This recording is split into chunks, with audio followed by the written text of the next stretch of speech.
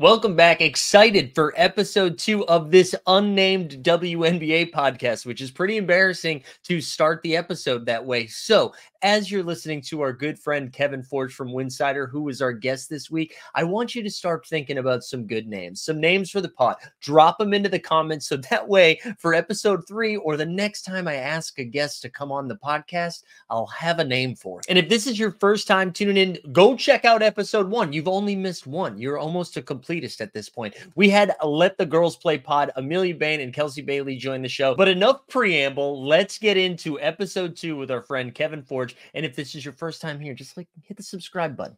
Enjoy. Welcome back. We're officially at the second episode mark, which is a huge milestone for all podcasts. And we're very excited today to be joined by Kevin Forch, Mr. Winsider contributor himself, Forchy Main, as I know him in these streets. Kev, what's going on, man? How are we doing? We're doing great. Thanks for inviting me back.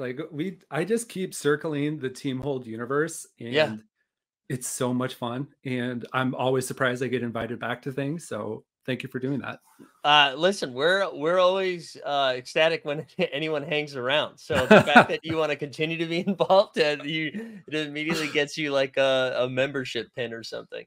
Hell yeah. But yeah, I was really excited to have you come on. You have been like our go-to W correspondent, I feel like, for 2 years now. And now like officially a W correspondent for like the last year or so. It just started out as like Kevin's the person I know that likes the W the most in this circle. And now you're just straight up reporting on stuff. What has that been like for you? Like to kind of transition from like Discord fan to Winsider contributor? It feels unreal every time that it happens. Every time a press release email like pops up in my like personal email inbox, I'm like, this shouldn't come here. Like I'm not real for doing this. Or if someone DMs me with a question on like analysis or like what are other teams doing, like I would love to be that guy that can give you like an answer. I would love to be Stephen A. Smith and just like yell straight at the camera with all authority. I'm not that guy. I'm still like, can't believe I'm former Discord person who just sent a couple DMs and got a gig. Yeah. No, that's great though. And what's the closest team to you? What is like the closest home arena in the W to you? This is going to sound super Midwest, but it's going to be like Minneapolis is like a 6-hour drive from where I'm at, which we've done for a game in the last couple of years. And then Chicago is about like 8 hours from there. So if you like, plan ahead, are you in like media credential territory right now? What I'm hoping is that Kathy gets up on a podium and announces that Kansas City is the next WNBA expansion team. Cause that's in market. That's like 2 hours away from me. Yeah. Like I could do that. They're not in the short list though. Like, no.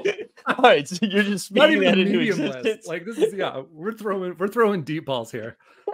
I like that because that has been in the news lately of the short list of the cities that might get a W team. And I know I'm not like 100% locked in, but I was like, I'm pretty sure I didn't see Kansas City, Kansas, or Kansas City, Missouri for that matter. You're absolutely right. There's nowhere. I think we should. I feel like we should make some like content just around you applying for media credentials, and then I think if you get it, we help fund get you out there. We like pick a Lynx game. We do it, we fire it out there, and then we just make it happen. Mainly because I just want someone in my universe to have media credentials. I will show up every press conference with an NBA bit hat and like ready to go, ready to list it off. That's all I'm looking for. All right, let's dive in. We're now what? Are we less than a month away? Is the first game May 18th? Did I make that up? Is it around that? It sounds right. Yeah. So we're around a month away.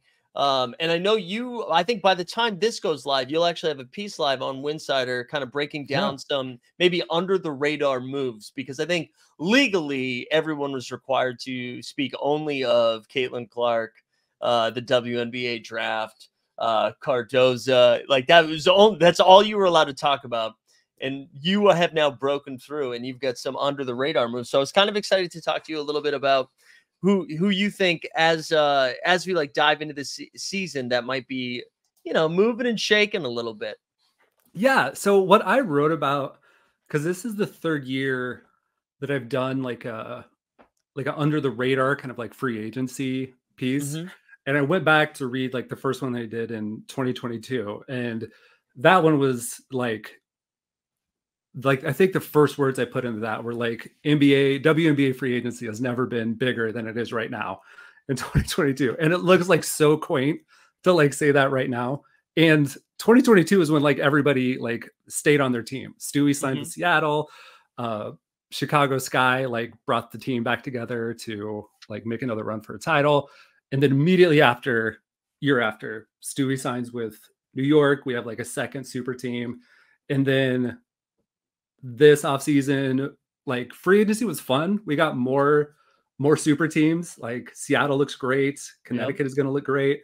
And then we just had what you had brought up in your first show, just what the chart looks like for what the WNBA draft was, like Oh, a 300% jump or something like that. So that's all we've been allowed to think about or talk about. So it seems yeah. harder to like what's like a smaller move that like is going to impact, because the Caitlin Clark universe is so big. Right, which is like I guess a positive thing too, right? Like Yeah, that you for sure. you need those like catalysts of where everyone is locked in. It's like the Tiger Woods of golf in a way where it's like, okay, yeah, maybe I've never watched golf before, but Tiger Woods is here, and then I'll find the other storylines through following Tiger Woods. And I mean, I'm hopeful that is kind of what the W turns into this year. That maybe you came for Angel Reese, maybe you came for Caitlin Clark, whatever. But then you start to like find the nuances of the game, and I think like what makes the NBA so exciting for me, anyway, sometimes is that the off the court stuff almost becomes as exciting as the on the court stuff, where it becomes like a 12-month game, right? Where free agency is like a big deal and trades are a big deal.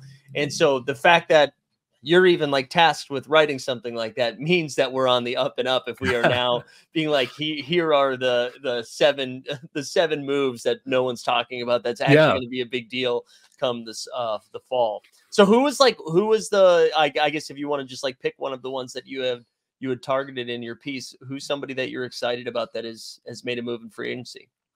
So immediately when it happened, I felt like this was huge, and it's for like, I don't know, it's like a $90,000 contract. Like it's nothing literally huge on the team. But Megan Gustafson signing with Las Vegas over the offseason just fills such a need that the Aces had. If you look at like their team stats from last year, like Vegas was dead last by a mile in like bench points. They were last in like bench points in the paint and like all these other like shooting and offensive numbers for like non-starters. And that doesn't hurt. Like obviously didn't hurt them. They're back-to-back champs. Right. And it doesn't hurt when you have like an Asia Wilson, a Jackie Young, a Kelsey Plum, a Chelsea Gray on your team. It feels absurd to talk about like needing bench support after Yeah. that. But like all these players are a year older. Like we saw Chelsea Gray go down in the finals Hmm. last season, and immediately the moment like someone looked like they tweak an ankle, someone like fell the wrong way, like you could just feel like Aces fans just like collectively hold their breath, because there was not a lot behind them. Like Right. Keith Stokes talented, Ricky Jackson, like when she was there and available, like could put up buckets and get shots, but there wasn't anyone with just like the consistency. And like what Megan Gustafson, who has like, she has like clawed for a roster spot in this league for years, and like she, you know, previous to Caitlin Clark was like an all-time leading scorer at Hmm. Iowa, like multiple time All-American player of the year kind of thing. And she's found a way to like just be tough and hold her own in the W and find a roster spot. And she did it the last couple of years in Phoenix, backing up BG. And one thing, like I knew that she was going to be a good sign immediately, but then as I like dug into like numbers and stuff, it felt like an even better like sign for the Aces. Like Gustafson averaged like 9 points in like, I think it was less than 15 minutes a game. Like Wow. she was just immediate production, like filled in for BG. And if you watch like some of her post work or what her setups are, like it's going to fit right into what the Aces already do. So the moment Asia checks out, Megan can do some of that similar offensive work. Well, and I think too, when you are like a title contending team, I mean, clearly defending title, Yeah.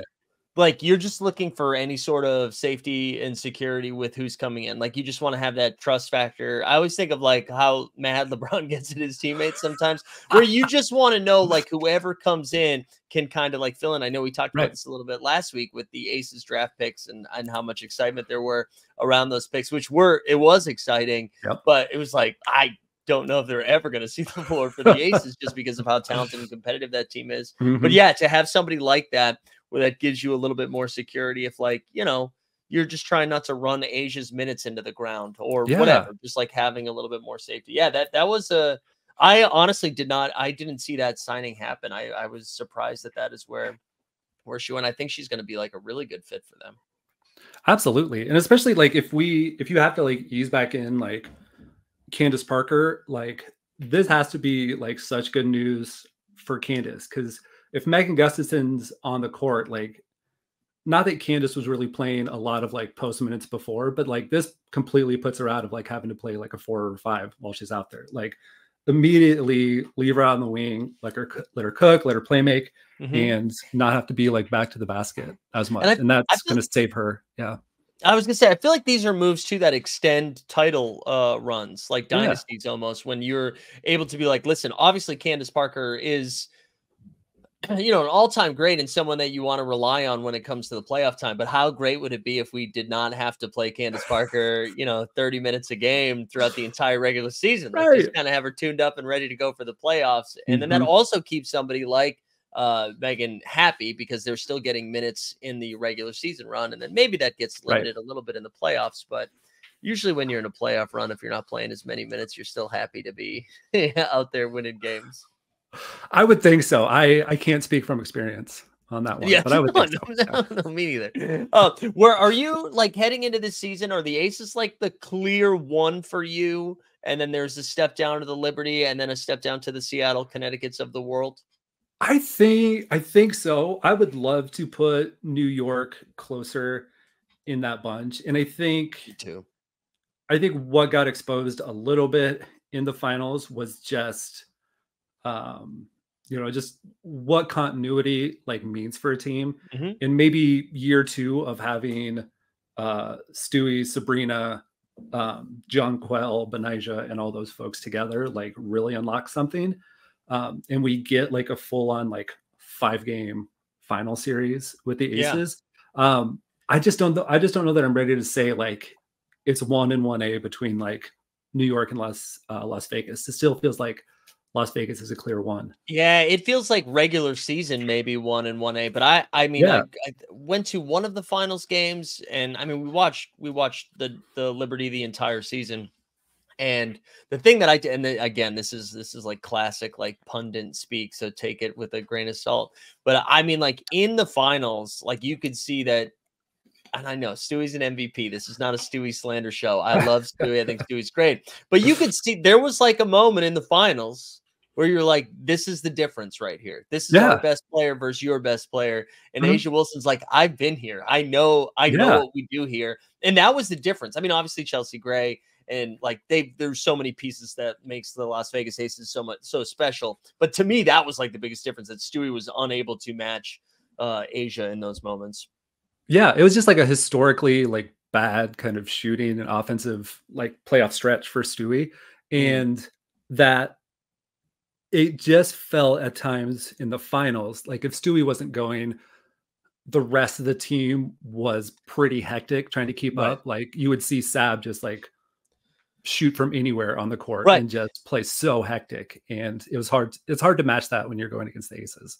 Absolutely. Yeah. All right, who's next on your under the radar free agency signing moves? Let's stick with one that's not from the article, since we're already talking about the Liberty. But Kennedy Burke signing with New York is like it's hard to like sort of imagine where she fits in like minutes wise, just because Benijah, Jonquel, others are going to play ahead of her.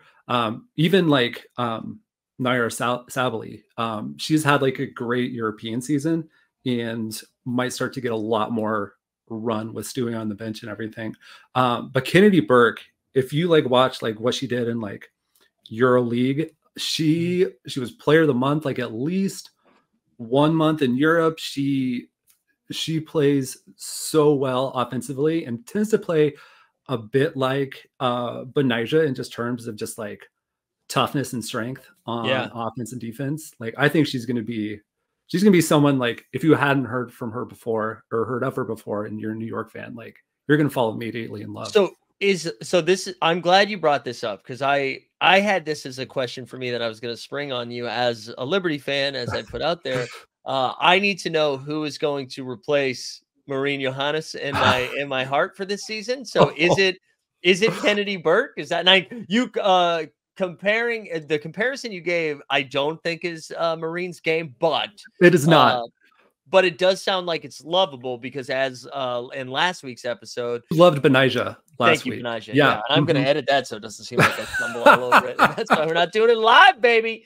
Let's go. But yes, and so you did compare it to Benija, which is I feel like that will win me over, but in a very different way for me. She doesn't have the creativity of like a Marine, and she's not. I don't know if she has quite like the big toughness of like even like sitting and watching from a couch, like the effort at which Benija goes for a board, like gives me goosebumps. Like I'm not in the arena there, but Kennedy like is going to match, you know, somewhere in between that I think absolutely the moment that she hits a three in the playoffs when someone else is fouled out, like she's going to be a New York favorite. I was a big the comparison I gave Benija last year was Paul Millsap, like prime Paul Millsap, not Hawks Paul Millsap. Hawks Paul Millsap, where it was because there was so much talk around Jonquel, Stewie, and Sabrina, and rightfully so, and even Vandersloot, but then she would come in and was just like a force to be reckoned with. It was so fun. All right, that's a good one. I like that. I like that too. You made it Liberty focused, so you were like, "Oh, maybe Mike's nodding off a little bit. We'll give him not that I would be nodding off, but we just know that I am a Liberty fan and a casual. So, I like that one, Kennedy Burke, straight out of UCLA. As you can tell, that I have their rosters up, which is also making me so sad because I'm just looking at when they were born, and that's not a fun game to play. Just so old, man. Yeah. Where did Maureen go? Did she go back to France, or did she land on a different W team because she wanted to play more than 12 minutes a game? So my understanding is that she's staying in France for this season. Like a lot of French players, which somewhat made me surprised why so many French players went in the first round of the draft. I was surprised by that too. And like I'd be surprised if we see Gabby Williams this year, French player. It seems like everyone who has any roster spot on the French national team is just setting out the W season and just going full in on Paris Olympics, which totally fair, but it's going to be a bummer not to have all of them there this season. And it just highlights the pay discrepancy too, that they're just like, you know what, maybe we don't have to do the W this year. You know, you don't have to make 70,000. Like, we could do that almost in most of the jobs on LinkedIn right now. All right, great. That was a good one. I like the Kennedy Burke call, especially because that was not on my radar whatsoever. Who do you want to tackle next? Let's throw in, and this was, I think it was the third person I like tossed in an article, and sort of the last one that I really threw in because it didn't seem big until you started to look at the way she fit in the roster. But like Rachel Banham going to Connecticut, I think can be important. And I think there's a couple players from Connecticut that I really like. One player that's close to my heart, no matter what roster, like where she's at, like Shea Petty signed with Connecticut over the off season, is going to be coming back from like a pretty gnarly injury, and her just get to the basket and bucket getting is going to be huge for a team that really needed that from their bench in the playoffs sort of last year, and I guess through stretches of the regular season.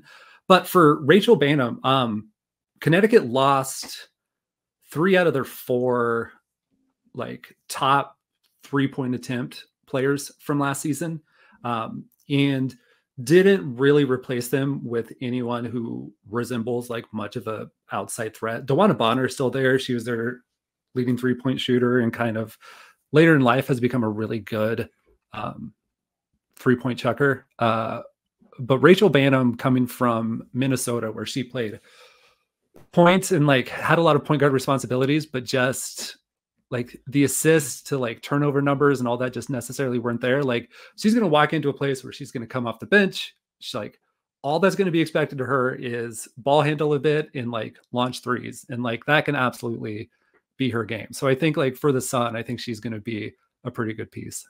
Well, it's kind of fun to looking at the Suns roster because I've been seeing them get a little bit of buzz here of, again, like I was kind of tearing it out earlier where it was like Aces and then it was Liberty. And then I know like Seattle, which shout out Seattle. We talked about this last week. I'm always a big fan when the ownership or the front office is like, hey, let's just put a bunch of money into the venue. I'm like a fan of that. I want more of that. Yeah. But Seattle and Connecticut have been like the two, I don't want to call them B teams, but like the two teams that are like going to be feisty and fun this year and a little bit more competitive. But when you look at the Connecticut Sun roster, again, coming from like the casual perspective, there are like some names, you know, like I see Tiffany Mitchell, I see Brianna Jones, Shea Petty, Alyssa Thomas, and then DeWanna Bonner. But like, you're not seeing a lot of like the marquee names. We're going to use their photos for promotional stuff. And I kind of feel like that makes the Sun fun if you're like coming in and you're like, I want to root for a competitive team. That's not like, I'm not trying. I feel like this is slanderous where I'm like, they're fun, but they're not, no one's good. And that's not what I mean. That's not what I mean. But you know what? Like they are not like the promoted people that I think we see as regularly. Is that accurate? Or am I wilding out a little bit? I mean, I think Alyssa Thomas would want a word Yes, with you on the good, but I think like for as long as this like iteration of the Sun has existed, like their entire like social media game, like marketing stuff has just been all about like disrespect, nobody believes in us, like all of that. So this team 100% is going to lean into that. Like it's going to be like we're not a super team, but like we're still going to kick your ass anyway kind of thing. And like they have between Alyssa Thomas, DeWanna Bonner, and Brianna Jones, like they have the players who can do that as a core. And I think like bringing in someone like Mariah Jefferson, who is a tremendous like pick and roll point guard. Like it's not hard to be a great pick and roll point guard when you were like playing with BG for like a season last year, but like she's done it in other places. If she can stay healthy, like a game like that between like really switchable players like Alyssa Thomas and DeWanna Bonner can be really exciting for what Connecticut could do.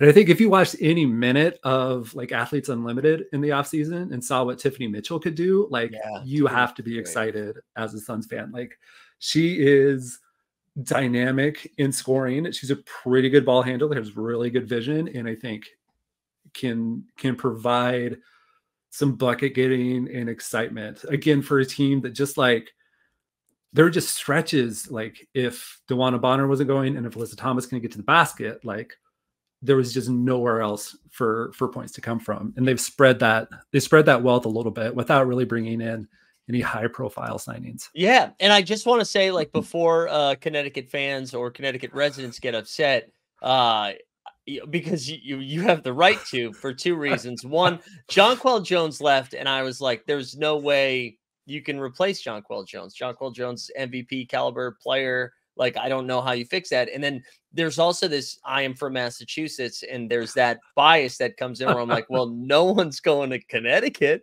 But I guess they benefit from only having 12 teams currently. So somebody's going to go to Connecticut. Somebody's got to go. You thought I was going to bring it back that it was okay for Connecticut, but no, I'm not going to do that because I am from Massachusetts.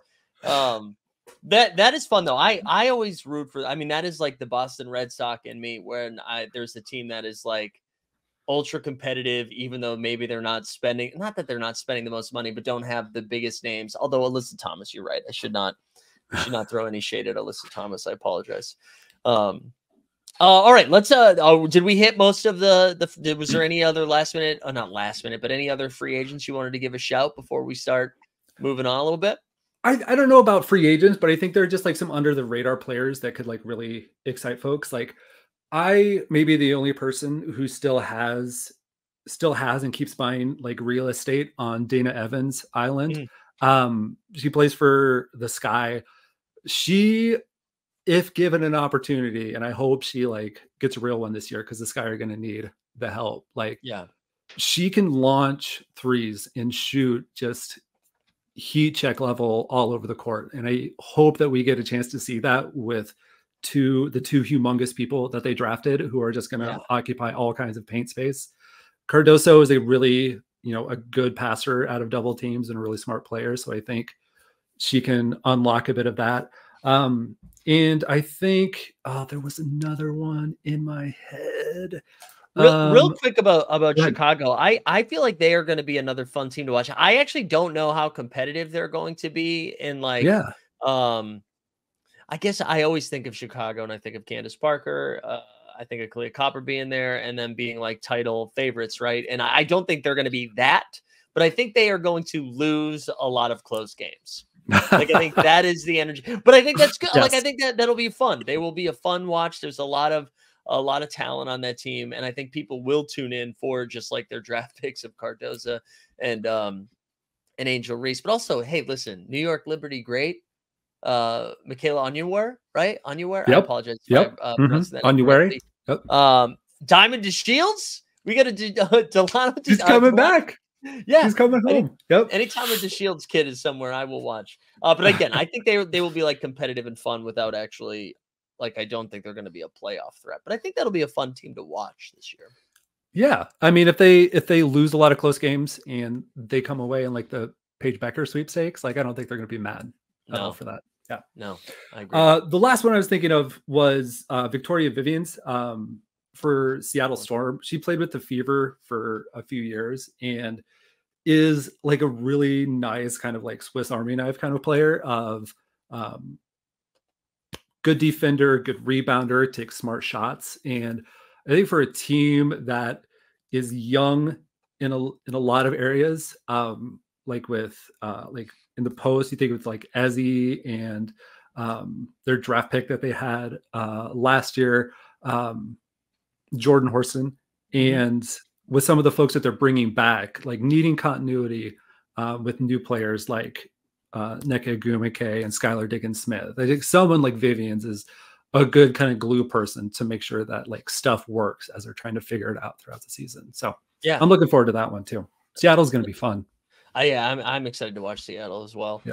All right, we don't have to spend too much time on this, but as I told you before we started recording this, I think legally we're required to talk about rookies just a little bit so that it gets all the clicks that is needed. And we mentioned this a little bit last week and how competitive the W is and how like there's only 12 teams and there's only so many roster spots. Even though 36 people are drafted every single W draft, that doesn't, it's not like, oh, well, they'll play 16 to 22 minutes a game. Like that is not the likelihood of this because of the level of talent.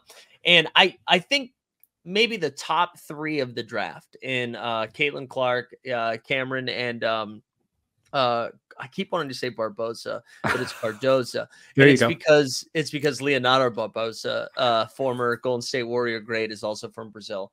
Actually, before I leave that in there, Cardoza's from Brazil, right? Did I just make that up? Yeah. Okay, you're totally right. Yep. Right. I can just feel myself panicking when I don't know everything. But I think it's like I just kind of wanted to pose this out there again from the casual perspective. How impactful do you think a lot of these rookies are with some of these rosters? Like, again, we saw like record numbers tuning in to watch the W draft for a lot of people that they watched run through the women's side of the NCAA tournament. Do you expect to see like a lot of those players? Again, we'll take the top three off of this, having like meaningful impacts with their teams. So the thing with that is that it's always tough for rookies because you are coming off an NCAA tournament, and then they get drafted a couple weeks ago, and then the 30th of this month is when training camp starts, and then you're like 3 weeks of that, and then you're like in a WNBA That's season. Wild. That really and also is this year, that includes like an Olympic break, that includes like just extending probably into like October. I haven't looked at the full like league calendar. So I think if we're going to look at like where impacts can happen, like I think like where I would look is where are players going to fit into like a very specified role that maybe involves only like 20 minutes a night, if that, and it's someplace that can like really lean into their strengths. So when I thought of like first round picks where someone can still like really step up, probably won't be an all-star, is not going to, we're going to look outside the top 3 where like franchises are depending on them. Someone like Alyssa Pilley, who is going to come into Minnesota and is going to come off the bench, and is like the sole purpose there is to get tough rebounds and just get buckets. I think like she is absolutely in like a place where she can thrive. If you watch her at all at Utah, like she just has this amazing like just offensive ability to just, no matter the situation, get a shot up, get a good look up, and just look comfortable doing it. Like she's such like a tweener, like position wise, like not quite a wing, not quite a post, can handle a ball okay. I was just looking through like draft grades, and like her catch and shoot on threes for Utah last year was 46%. Wow. Ridiculous. Wow. Yeah. And I think that translates because Minnesota has a whole lot of talent like up and down the board. Like if she's on the court with Dorka is Dorka can get a pass out to someone who's open, like in the corner or at like the top of the key for 3. And I think that like Pilley is absolutely just going to fit in magically for Minnesota. Well, and those are always the 2 things that translate to from the college level to the pro level is shooting and defense. Like if you're able to knock down shots, that will be something that will follow you. Yeah, that's a fun one. Minnesota too is another one that I'm like excited. I feel like they will be a fun watch. I'm excited for Minnesota. Shout out Aaron Borland. I know Aaron Borland would be happy that we talked about that. I can't wait for the DM on that. Just I got links talking. There we go. Either that or the DM he'll be upset that we didn't talk about somebody else. It could be that too. Shut up, Borland. All right, let's do this here. We got 2 things left for you. Are there any storylines, just kind of like broad strokes here, that you are excited about heading into this year that maybe because I know we've kind of scattered around and talked about a handful of teams based on free agency and now the draft, but is there anything that we haven't like touched upon that you are excited to check in on at the start of this season? We talked sort of like in tiers, like early on. I think it's going to seem disrespectful to say this, but I don't know how else to do it. But sort of like that C tier of teams, like once you get past New York, once you get past Las Vegas, and maybe even like Connecticut, Seattle, even Phoenix on there, like those folks who have all-stars, who have established players, like what does it look like for like those sneaky good teams? Like if we look at Minnesota that we talked about, if we look at Atlanta, if we start to look even at like what is Dallas going to look like next year? I was just going to bring up Dallas. I was just going to bring them up because I like their roster. I think they're kind of fun. I do, but I'm just so conditioned to see Dallas not fully realize everything, and it's not fair because Coach LT is like what she did last year was tremendous for that team, and I think Dallas fans should be excited. Yeah, it feels like with that kind of stretch, we're going to get to the end of a regular season, and we're going to have to like start calculating like tiebreakers for like playoff seeds and things like that. It feels like we're going to come down to like a half game separating like the 8th and 9th, like you're in the playoffs, you're out of the playoffs, like kind of team. Yeah. That's what really has me amped for this year. I'm excited for those teams too. Cause again, I think it's easy to just like forecast. You're like, this kind of reminds me that it feels like the W is in the NBA stage of like 2016 to 2018, where it was like, oh, I think those years are right. We're like, oh, so Cleveland and Golden State are going to play each other in 6 months. Like Yeah.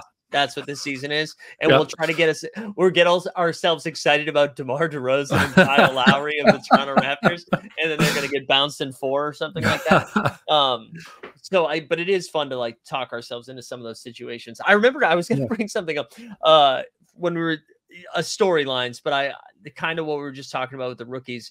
I do think for like a content play for like a Netflix or Amazon Prime or something, because you were talking about the turnaround of like rookies getting, finishing the tournament, getting drafted, and then just trying to make a roster. Because I always go back to Crystal Dangerfield, who was on the Dallas Wings for the start of this season, who like rookie of the year and then plays for like 35 teams in the next 2 years, which just like shows you how competitive all this shit is. It would be really fun to have almost like a Hard Knocks version of just following rookies. I know it's like team by team, but just following rookies, honestly, that aren't Caitlin Clark, because I really do feel like, again, those top 3, those are like generational talent level players. It doesn't make sense. But like, just like I'm blanking on the woman who was drafted from Ole Miss to the New York Liberty. Right. Let me find it. I want to keep saying Rakia Jackson. I know that's not who it is. It's not Marquisha Davis. Marquisha Davis. So like someone like that who gets drafted at the end of the first round, who is now, I don't know what is going to be expected from them from the Liberty, but like this is a championship caliber team.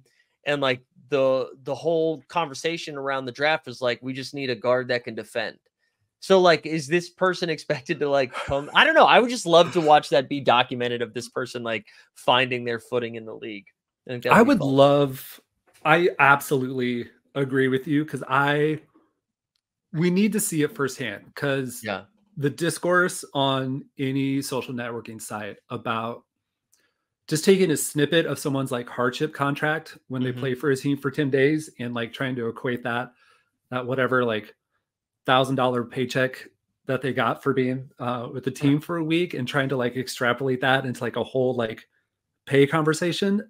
Like, you need to see how these players like live firsthand to like really understand it, to appreciate it, and then like really understand that when we come to the next collective bargaining, like this is how like pay currently works, and this is maybe how it should work given our new reality. Because people need to understand. And if you want to get people mad, this is like in want change to happen. You do something like that, and you watch someone move into the Seattle facilities.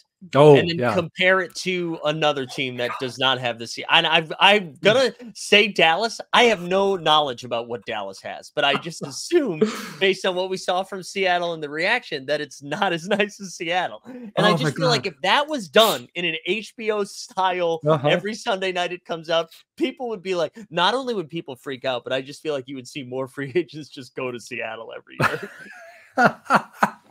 Carrying 15 players, like just breaking every rule. Did you watch the Candace Parker documentary on ESPN Plus? Oh no, I have not. That's out there. It's incredible in a lot of ways, but what they show is how they would practice in Chicago. And Chicago notoriously is just one of the cheapest, stingiest. And what they showed as a practice facility was this rented like middle school, like, and not one of the good middle schools. And it like, it was so dank, the gym that they were like practicing in. And it was just like, it's a community rec center that they like had to book like practice space at. And like Chicago now, like 5 years behind, is like starting to invest in like practice facility and everything like that. But like, these are the things that we have to like show people. Cause like, your brain just cannot fathom like how some of the players just like, and how they practice and how they like, they still fight and claw for a roster spot while doing that. It's crazy. And I really think, and this is, terrible, but also America, I think if they were all terrible, there would be less outrage, but because a couple of them are going to be good, I think people would freak out. I think people would freak out. So yeah, that's what we need. That is my content. Well, that might have to be like its own segment every week, is that I have a content plug for the WNBA. Not even for the WNBA. I have a content plug for other networks to pick it up. I think it's a good idea. I would love this one. I'd subscribe wherever it's at. Yeah, there we go. $4.99 to Peacock Plus or whatever. Peacock Plus, whatever it has to be. I would do it.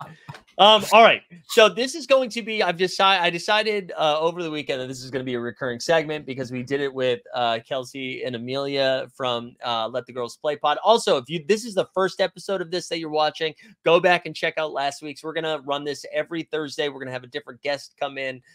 Very excited about all the fun people that have agreed to come try to make me a better W fan, which, as I said that out loud, that makes me sound like I'm a bad W fan. I'm not. I'm just expanding my W fandom. Okay.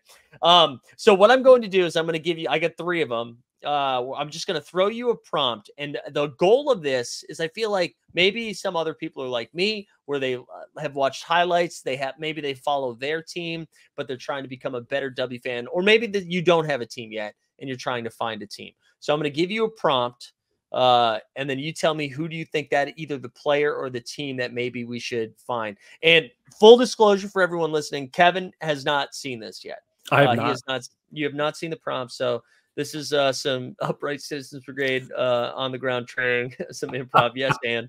All right. So maybe you are a fan of Luka or Draymond Green or Pat Bev. You're a big technical fan. You love a T. And I guess this could stem to coaches too. Shout out Bill Lambier, former Aces coaches. But right, Aces, no, Detroit Shock. Who did he coach? Both. Right? Both. Okay. Yeah, I'm pretty sure he did both. There you go. So if you are a fan of the technical foul, is there a team or a player that you should rally around? So the easy answer is, like, the all-time leader in technical fouls, queen of trash talk, Diana Taurasi. I think she led the league in techs last year as well. And I'm good. Like, I think you should rally around the whole team in Phoenix as well. If you're a fan of tees, they have some mild-mannered folks. Like, BG is not going to go chirping. Right. But between Natasha Cloud, between Kalia Copper, between Sophie Cunningham, and especially the final boss stage is DT with this, I think you're gonna have a great time. If you love that, you're gonna love that watching Phoenix. Now, this is going to feel slanderous because DT is like a GOAT. DT is one of the all-time GOATs. But I think at this stage in DT's career, it's got real Draymond Green energy. So I do think this is huge. Yeah. In the way that she's handling media, I think this is a great call, Kevin. I think this I wasn't sure where you were going. I actually thought this was going to go to Becky Hammond. I thought this was going to be an Aces fan because Becky's got some short queen energy, and I know also a fan of a technical foul. But I love this. I love this Phoenix Mercury call. All right, here we go. I was a big fan of the NCAA women's coverage. Shanae was, I think, and she's been on the Low Post podcast. She's been all over ESPN, has been incredible. Now, this honestly is kind of tied to Draymond too, I guess. If I want to be early on the next W player to have an incredible media career, they don't have it yet. But you want to get in on the ground floor, Web3 style of hashtag we're early of the next media career from a W player. Who would I rally around? Oh, this is so hard to say because the names that are coming to mind like are already like media personalities. Like, yeah, Haley Jones has her own podcast. Okay. Like Lexi Brown is like an ACC network correspondent. Oh wow, okay. Because I saw at the draft, and during the NCAA tournament, Aaliyah Boston has been like, Aaliyah Boston is going to be a superstar at this.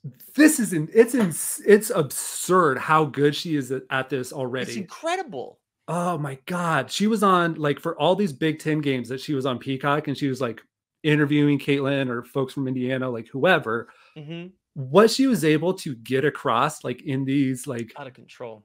like TV network desk interviewing folks from like across like a computer screen, like we're doing, her like warmness and just asking good questions. It's Just completely unfair. it really is such an unexplainable thing where someone has the ability just in the way that they listen, in the way that they talk, the way they ask a question, where this environment is created that both the person answering the question and the person consuming it, like just watching it, are immediately put at ease. Like from the Yep. comedy space, those are the people that I always enjoy the most. Is where it's like, oh, I know I'm in good hands right now. I'm Mhm. not uncomfortable by what's happening. This person will take care of me. And that, like, for Lee to have that immediately is insane. That's usually like, 10 years down the road, Right. and for her to have that after her rookie season, I honestly was pissed off. I was like, this is unacceptable. Well, Yeah. why? How can someone who's not 25 yet have that kind of Yeah, poise and walk through yeah. life? How? Like, could still be on their parents' health insurance. Like, that's how young this person is.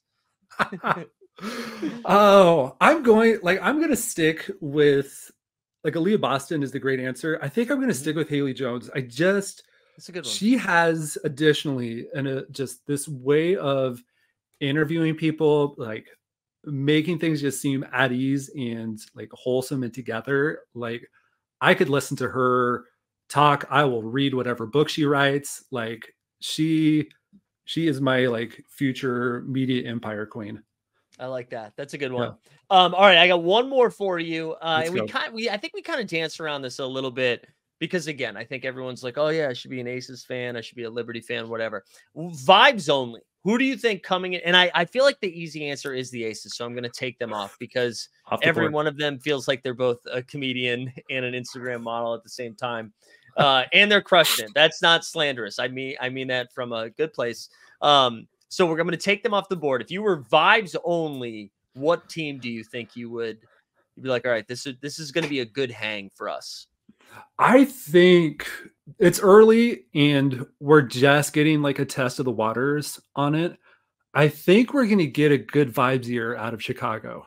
Um, Okay, yeah. I think the way like what Camilo Cardoso and Angel Reese have like come together, like former enemies, former like conference foes, Hmm. immediately extended the olive branch to one another. They're already making all kinds of like TikTok content together. Once you start spinning in the other folks who are coming in from Europe and elsewhere, Brianna Turner is already one of my favorite people to follow That's a good on one. Twitter. She's brilliant.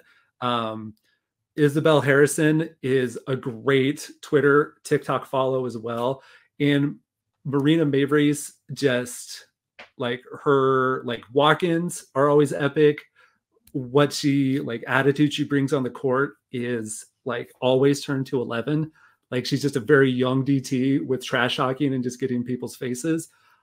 Like I think Chicago is going to be a great social media hang. They're going to Yeah. be like they're going to be spicy to watch. I think it's going to be fun. They may not win Eh, games, but it's going to be fun. I know. I'm right there with you. And it's funny, and I can't explain any of this, but I think maybe I listened to one podcast where they were like, "Yeah, Angel Reese is dominating college ball, but I'm not sure if it's going to translate to the professional game." Yeah. And when I first heard that, I was like, you know what? That makes a ton of sense. I know a lot of college players like that. And then I heard it like too many other times, and now I've gone the other way where I'm like, Angel Reese is actually going to be the best player that comes out of this draft, which I don't necessarily believe, but that's just how like my brain works. I was like, the pendulum it's gone too far. There's been too much slander. I actually think Angel Reese is a great pick for Chicago. But I'm with you. I think they are all going to be fun. And I mentioned this a little bit last week during the show. I was so blown away with like the generosity of all of the people that were drafted Yeah. and just like how they approached the draft itself. And they were just so like kind to all the fans, and to see both the way that Angel and Cardoza handled that. And they were just like electric, more Mhm. so because again, like the Caitlin Clark stuff is built in. You know, what I mean? It's Yep. almost like again, I'll continue to compare to Tiger Woods, where it's just like, oh my God, can you believe this thing is happening right now? Right. Where they were like a little bit more approachable in the way they handled it, but which in turn makes them almost more it's just like easier to latch onto. And so I totally agree with you. I think they are going to be like a social media darling team. And I mean that like positively of the W this summer. I think that's going to be a lot of fun. It's a great call. Thanks. Great call. This is great. Yeah, right. We did it. We did it, Kevin. This is great. All right. So people need to, I'm going to have your Twitter handle in the description, but let me do it officially so that people can follow you. Hold on real quick. All right, so the people can go follow you at WHW Kevin, or also at WHW DFS. Which one are you tweeting at from more these days? We're WHW Kevin for the Kevin, most part okay. these days. Yeah. All right, so they can go follow you at WHW Kevin for all the W takes. They can find your words over at Winsider. Anything else? Was there? Did we not cover something, Kevin, that you were like, I'm coming on this show and I'm getting this off of my chest? I would love to just like spill some hot takes out here, but like everything I do is going to come across as mean and ill-spirited. I don't want that to happen. Just if we're gonna do that, like sign up for the Patreon at Winsider, and you get access to our Discord there as well. And you can have it right alongside your Team Hold Discord, and we'll put all our garbage takes in there. All the spicy ones. A lot of great people doing great work for Winsider, and I can say this without saying who it's going to be. We have other Winsider guests confirmed to come on the show. That's going to happen later this year once the season gets cooking. But we're going to continue to fire up some WNBA content every Thursday.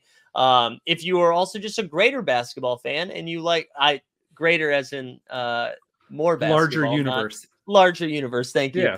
Yeah. Imagine ending the show like that. And if you want to watch real hoops, but for some more basketball coverage, we do a daily show here covering the NBA playoffs that are happening weekday, Monday through Friday at 9 a.m. So if you're into that, get involved. But I appreciate, Kevin, I really do appreciate you coming on. I know you're a busy guy and you're a smart guy, and I appreciate you coming on and sharing some knowledge and dealing with some of the questions that I didn't give you in advance. I appreciate so much being asked. I will try not to hold it over anybody's head that I was the first Winsider person here, but no, you should. Can't wait for it to blow up. I would wait for it to blow up before you do that. I would I wouldn't start with that, but once it blows up, you can. All right, we'll be back next week with some more W content. Make sure to go follow Kevin. Kevin, thank you so much. We're out of here.